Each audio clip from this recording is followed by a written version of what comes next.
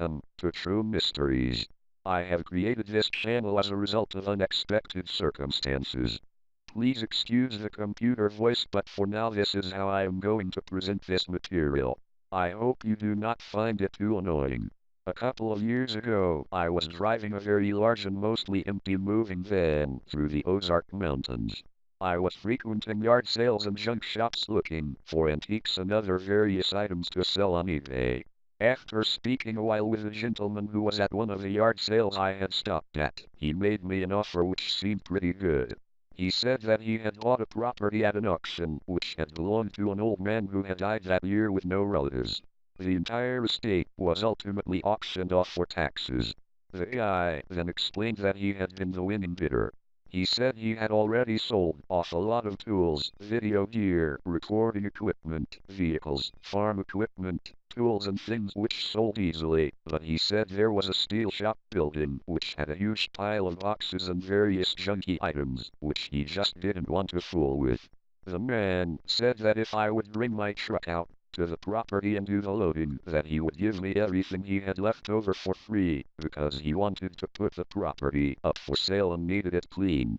Although I had not been living in the area long, I had cleaned up lots of estates back in the city and it sounded like it was worth looking into.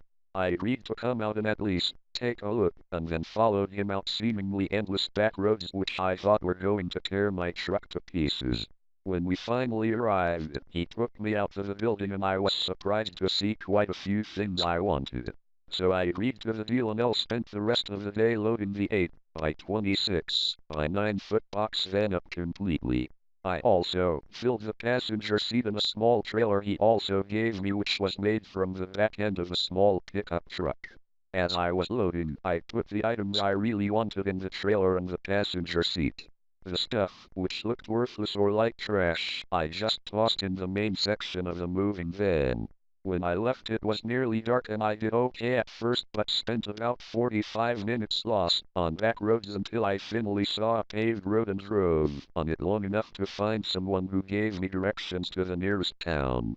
When I finally got home, I grabbed some of the stuff I wanted and pretty much ignored everything else because I was too tired to deal with it yet.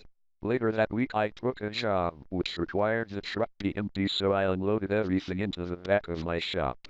I was planning on sorting through it later and selling what I could on eBay, giving most of it to thrift stores and burning the rest. So I was not really in any hurry and quickly just forgot about all of it.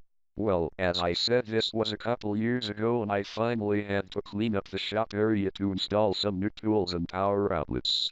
So I started going through the boxes one by one. It didn't take me long to realize this was not just some normal old guy. At first glance, the stuff just looked like scribbled notebook papers, old mail, old photographs, newspaper clippings, and the usual household goods. Plates, knickknacks, and so on. Upon closer inspection, though, it became apparent that in between the knickknacks and everyday items was a collection of materials which belonged to a rather disorganized investigator. Boxes upon boxes of files, notes, personal letters, handwritten interviews, newspaper clippings, books and magazine articles. There are numerous boxes of audio cassettes, reel-to-reel tapes, and even old wax cylinders, including a case of what I think are possibly stenograph rolls. There are also maybe 1,000 or more photographs and negatives, some dating back as far as the glass they are printed on. Most I would say are black and white and prior to the 1970s. I have also found what I originally thought was 7 boxes of old videotapes. Beta, VHS and compact VHS. After more digging I found that the suitcases I thought were full of old clothing were actually full of more old tapes. There are also 3 steamer trunks filled with old films in both 8mm, Super 8mm and stills. Having bought and sold a lot of junk in my time, none of this would normally be a supers, but this collection of what at first looked like just personal effects and trash took an interesting turn when I started looking at the notes a little closer. All of the topics had to do with Bigfoot, aliens, ghosts, paranormal activities, UFOs, you name it. This guy was seriously dedicated to chasing down anything that was out of the ordinary. If you don't know the Ozarks well, this is one of the last truly remote places left in the country. Although new people are moving in now, and I am one of them, some of the older generations are right out of an old movie. They tend to keep to themselves and quite often live off the land, and even today, a lot are so far out in the woods they don't even have power. So there is a lot that goes on around here, which seems to fly under the radar so to speak. This guy was apparently one of those old-timers. He had also been in the military though, and it looks like while he was in the military he became very interested in things like UFOs. The next part is what culminated in me forming this channel. I dusted off an old VHS machine I had and grabbed 3 tapes off the top of one box. I went into the house, hooked up the machine and watched. Here is where I put my disclaimer. I personally do not believe in ghosts, UFOs, Bigfoot or other such ideas. If I were a betting man, I would put my wager on the fact that all accountings of such things are either incorrect or fraudulent. Having said that, all 3 tapes have the same thing on them. Something big, dark, and skittish running through the woods on 2 legs. I have just barely begun to dig into what is going on in this collection of materials. I am taking what little spare time I have and slowly archiving everything. I am trying to protect and preserve the oldest films and stills first. I have found a few home-made DVDs with materials on them as well. I have decided since I can get those materials into my computer most easily, I would upload them first. The rest, I will have to do as I can.